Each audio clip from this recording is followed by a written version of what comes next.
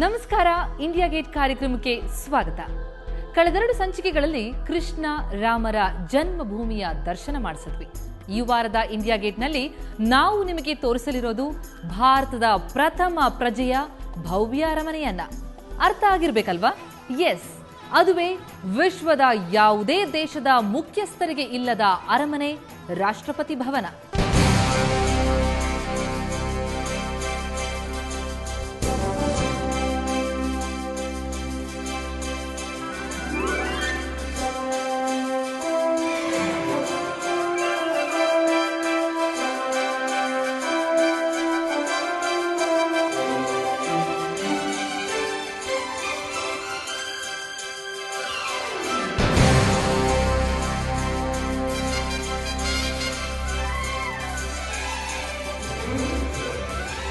ರಾಷ್ಟ್ರ ರಾಜಧಾನಿ ದೆಹಲಿಯ ಶೋಭೆ ಹೆಚ್ಚಿಸುವ ದೆಹಲಿಯ ರಾಷ್ಟ್ರಪತಿ ಭವನ.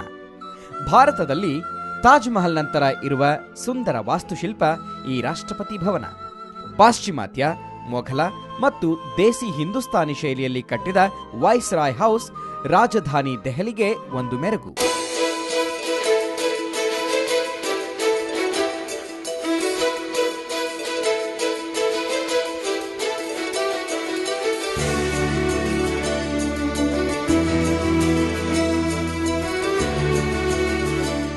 ಅದ್ಭುತ ವಾಸ್ತುಶಿಲ್ಪದಿಂದ ಜನಮನ ಸೆಳೆಯುವ ರಾಷ್ಟ್ರಪತಿ ಭವನ ಸುಮಾರು 4 ಎಕರೆ ಪ್ರದೇಶದಲ್ಲಿ ನಿಂತಿರುವ ಭವ್ಯ ಕಟ್ಟಡ.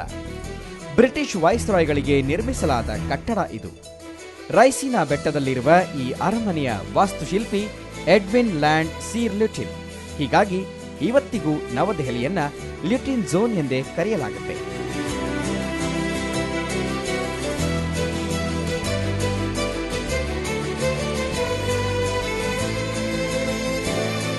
ಈಗಿನ ನವದೆಹಲಿ 1911ರಲ್ಲಿ ಸೂರ್ಯ ಮುಳುಗದ ಬ್ರಿಟಿಷ್ ಸಾಮ್ರಾಜ್ಯ ರೂಪಿಸಿದ ರಾಜಧಾನಿ. ಶತಮಾನಗಳ ಕಾಲ ದೇಶವನ್ನಾಳಿದ ಮೊಘಲರಿಗಿಂತ ನಾವು ಶ್ರೇಷ್ಠರು ಎಂದು ತೋರಿಸುವ ಇಚ್ಛೆ ಬ್ರಿಟಿಷರಿಗಿತ್ತು. ಹೀಗಾಗಿಯೇ ನವದೆಹಲಿಯಲ್ಲಿ ಭವ್ಯ ವಾಸ್ತುಶಿಲ್ಪಗಳನ್ನು ನಿರ್ಮಿಸುವ ಜವಾಬ್ದಾರಿಯನ್ನು ಬ್ರಿಟಿಷ್ ಆರ್ಕಿಟೆಕ್ಟ್ ಎಡ್ವಿನ್ ಲ್ಯುಟಿನ್ಗೆ ವಹಿಸಲಾಯಿತು. 20ನೇ ಶತಮಾನದ ಮೊದಲ ಭಾಗದಲ್ಲಿ ಬ್ರಿಟಿಷರು ರಾಜಧಾನಿಯನ್ನ ಕೋಲ್ಕತ್ತಾದಿಂದ ದೆಹಲಿಗೆ ಸ್ಥಳಾಂತರಿಸುವ ತೀರ್ಮಾನಕ್ಕೆ ಬಂದಿದ್ದರು. ನಂತರ 1911ರಲ್ಲಿ ಅಧಿಕೃತವಾಗಿ ರಾಜಧಾನಿಯನ್ನ ದೆಹಲಿಗೆ ಶಿಫ್ಟ್ ಮಾಡಲಾಯಿತು.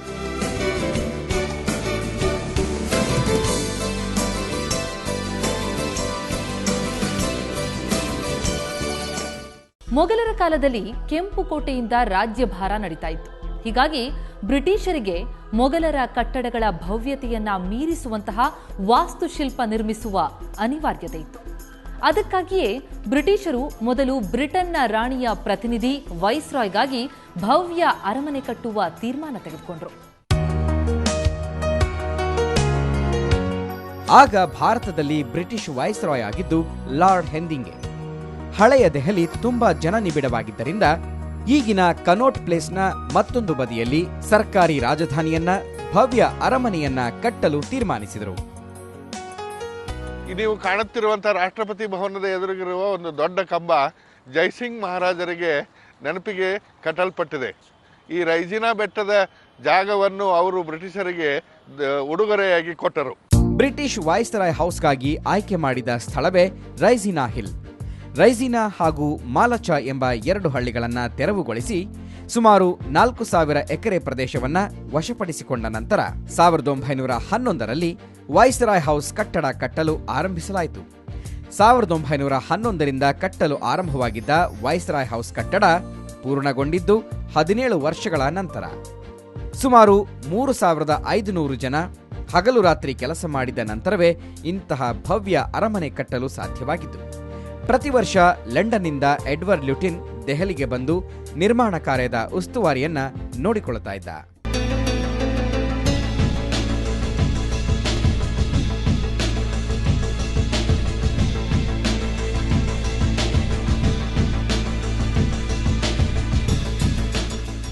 ಬೆಲ್ಜಿಯಂನಿಂದ ಭವ್ಯ ಜಾಗ್ಭಾನುಸ್ ಅಂದರೆ ತೂಗಲಾಗುವ ಝೂಮರ್, ಬರ್ಮಾನಿಂದ ಕಟ್ಟಿಗೆ, ಇಟಲಿಯಿಂದ ನೆಲಕ್ಕೆ ಸಂಗಮೋರಿ ಕಲ್ಲುಗಳನ್ನು ತರಿಸಲಾಯಿತು.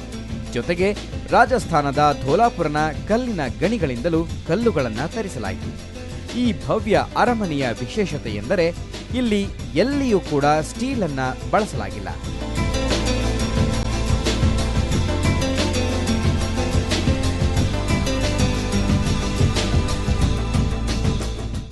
ರೈಸೀನಾ ಬೆಟ್ಟದ ಪ್ರದೇಶ ಜೈಪುರದ ರಾಜನಿಗೆ ಸೇರಿತ್ತು. ಬ್ರಿಟಿಷರು ಕೇಳಿದ ತಕ್ಷಣ 4,000 ಎಕರೆ ಪ್ರದೇಶವನ್ನ ರಾಜ ಮಹೇಂದ್ರ ಸಿಂಗ್ ಬಿಟ್ಟುಕೊಟ್ರು.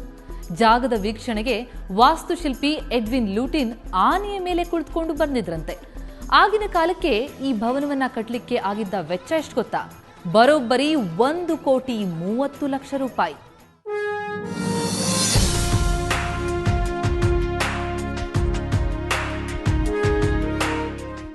ಭಾರತದ ರಾಷ್ಟ್ರಪತಿ ಅಂದರೆ ನಮ್ಮ ಸಂವಿಧಾನದ ರಕ್ಷಕ ಅಷ್ಟೇ ಅಲ್ಲ, ನಮ್ಮ ಭೂ, ವಾಯು, ನೌಕಾಸೇನೆಯ ಮಹಾದಂಡನಾಯಕ ಕೂಡ ಹೌದು.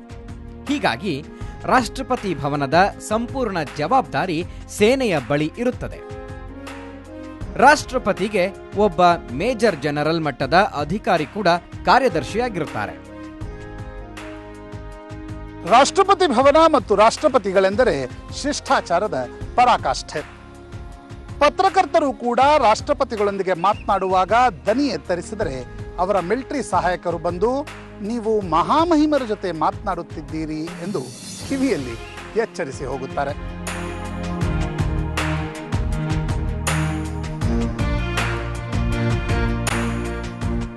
ರಾಷ್ಟ್ರಪತಿ ಭವನದ ಭವ್ಯ ದ್ವಾರವನ್ನ ತೆರೆದರೆ 143 ಫೀಟ್ ಉದ್ದದ ಸ್ತಂಭ ಸ್ವಾಗತಿಸುತ್ತೆ.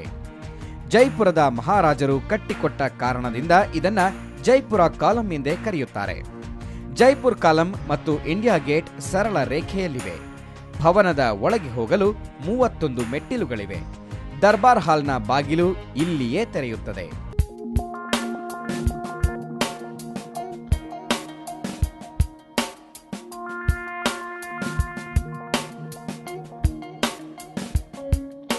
ಇನ್ನು ರಾಷ್ಟ್ರಪತಿ ಭವನದ ಮುಂಭಾಗದಲ್ಲಿವೆ 20 ಭವ್ಯ ಸ್ತಂಭಗಳು.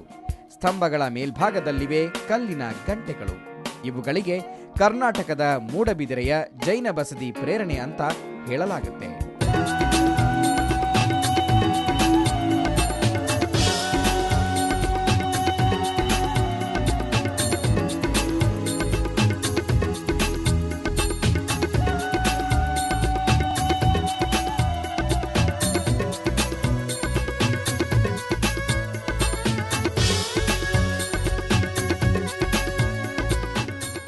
ಮೊಘಲ್ ವಾಸ್ತುಶಾಸ್ತ್ರದ ಪ್ರಕಾರ ಯಾವುದೇ ಅರಮನೆಯಲ್ಲಿ ಸದ್ದು ಮಾಡುವ ಗಂಟೆಗಳಿದ್ದರೆ ಅವುಗಳನ್ನು ಸಾಮ್ರಾಜ್ಯ ಮತ್ತು ಬಾದ್ಶಾನ ಅವನತಿಯ ಆರಂಭದ ಸಂಕೇತ ಎಂದು ಭಾವಿಸಲಾಗುತ್ತದೆ.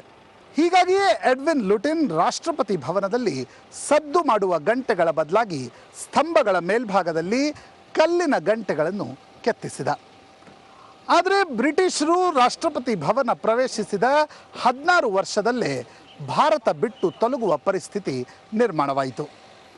ವಾಸ್ತುಶಾಸ್ತ್ರಜ್ಞರು ಕಟ್ಟಡಗಳ ಭವಿಷ್ಯವನ್ನು ನಿರ್ಧರಿಸಬಲ್ಲರೇ ಹೊರತು ಸಾಮ್ರಾಜ್ಯಗಳ ಭವಿಷ್ಯವನ್ನು ನಿರ್ಧರಿಸಲು ಸಾಧ್ಯವಿಲ್ಲ. ಈ ದರ್ಬಾರ್ ಹಾಲ್ನಲ್ಲಿಯೇ ಕುಳಿತು ವೈಸ್ರಾಯ್ಗಳು ಲಂಡನ್ ರಾಣಿಯ ಹೆಸರಲ್ಲಿ ದರ್ಬಾರ್ ನಡೆಸ್ತಾ ಇದ್ರು. ವೈಸ್ರಾಯ್ ಹಾಗೂ ಆತನ ಪತ್ನಿಗೆ ಅಂತಲೇ ಕುಳಿತುಕೊಳ್ಳಲು 2 ಸಿಂಹಾಸನಗಳನ್ನು ಹಾಕಲಾಗಿತ್ತು.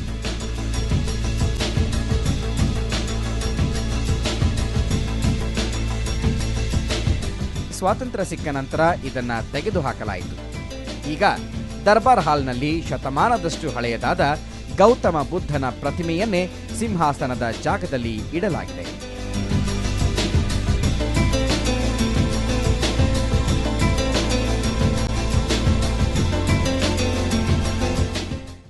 ದಾಸ್ಯದ ಸಂಕೇತವಾಗಿದ್ದ ದರ್ಬಾರ್ ಹಾಲ್ನಲ್ಲಿ ಸ್ವಾತಂತ್ರ್ಯ ಸಿಕ್ಕ ನಂತರ ಭಾರತೀಯ ಸಂಗ್ರಹಾಲಯವನ್ನ ಆರಂಭಿಸಲಾಯಿತು. ನಂತರ ಜನಪತ್ ರೋಡ್ನಲ್ಲಿ ಸಂಗ್ರಹಾಲಯ ಆರಂಭ ಆಗೋವರೆಗೂ ರಾಜಭವನದ ದರ್ಬಾರ್ ಹಾಲ್ ಮ್ಯೂಸಿಯಂ ಆಗಿತ್ತು. ಈ ಭವನದ ಭವ್ಯತೆ ಇಲ್ಲಿಗೆ ಮುಗಿಯಲ್ಲ. ಗುಮ್ಮಟದ ವಿನ್ಯಾಸದ ಸಂದರ್ಭದಲ್ಲಿ ಲುಟಿನ್ ಮತ್ತು ಆತನ ಸಹಾಯಕ ಬೇಕರ್ ನಡುವೆ ಸಾಕಷ್ಟು ಬಾರಿ ಜಗಳವಾಗಿತ್ತಂತೆ.